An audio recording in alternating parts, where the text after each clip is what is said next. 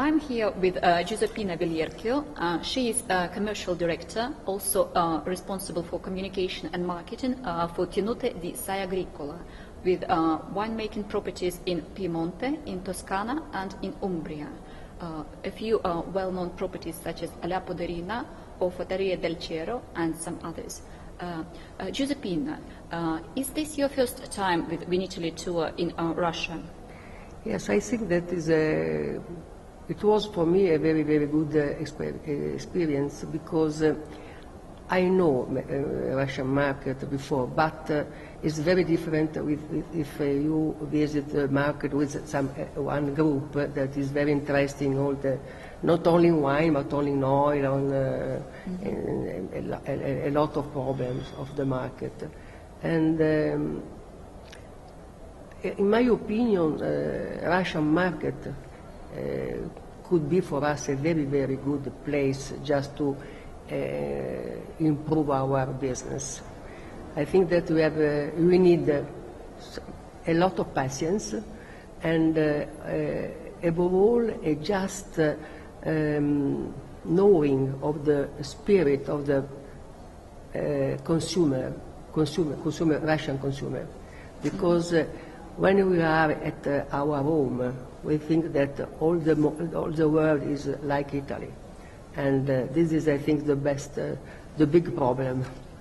In fact, we have just to understand that every country has its history, its opinion, its culture, and sometimes it's very different from our experience.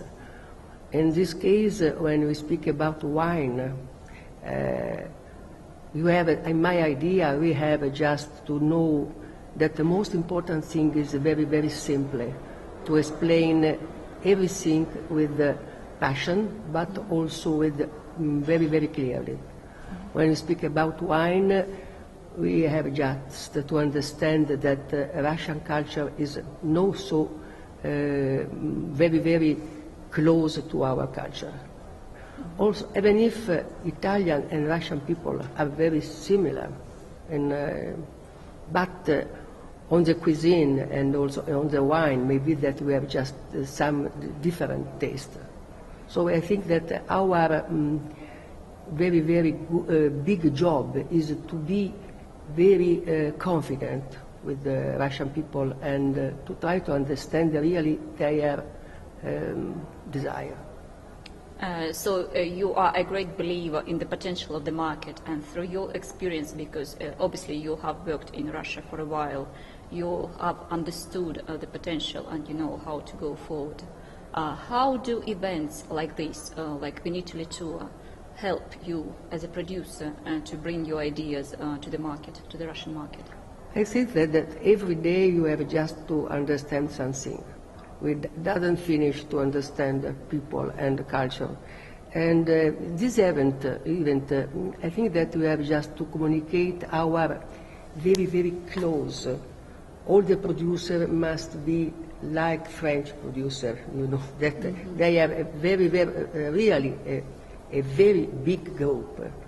Italian is, we are, all the people are solista, and also the producer. And I think that we need to have a much more confidence between us, and to affront the market with much more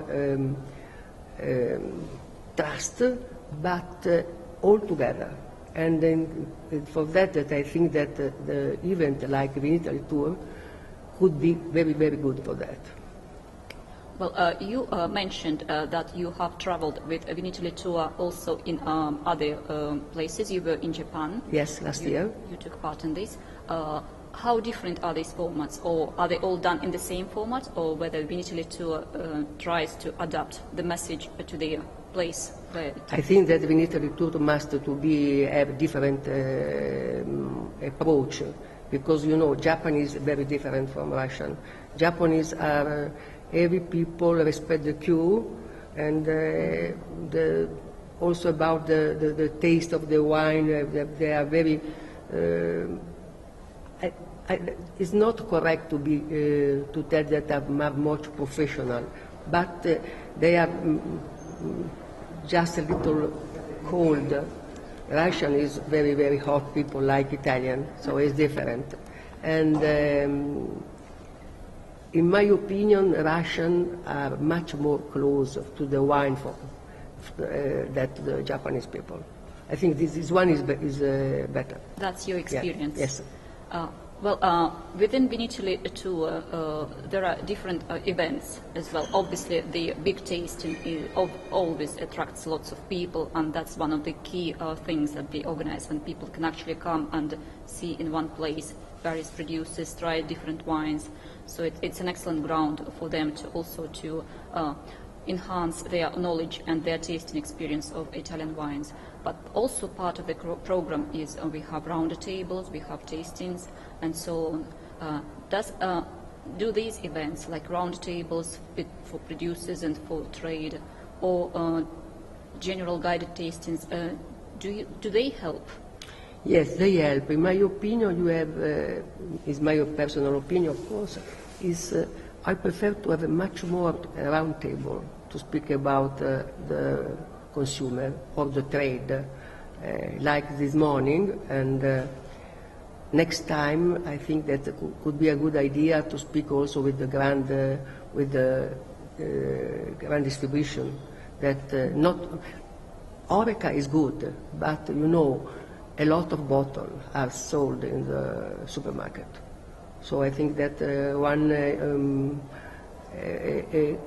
conversation about the buyer could be a good idea the next time.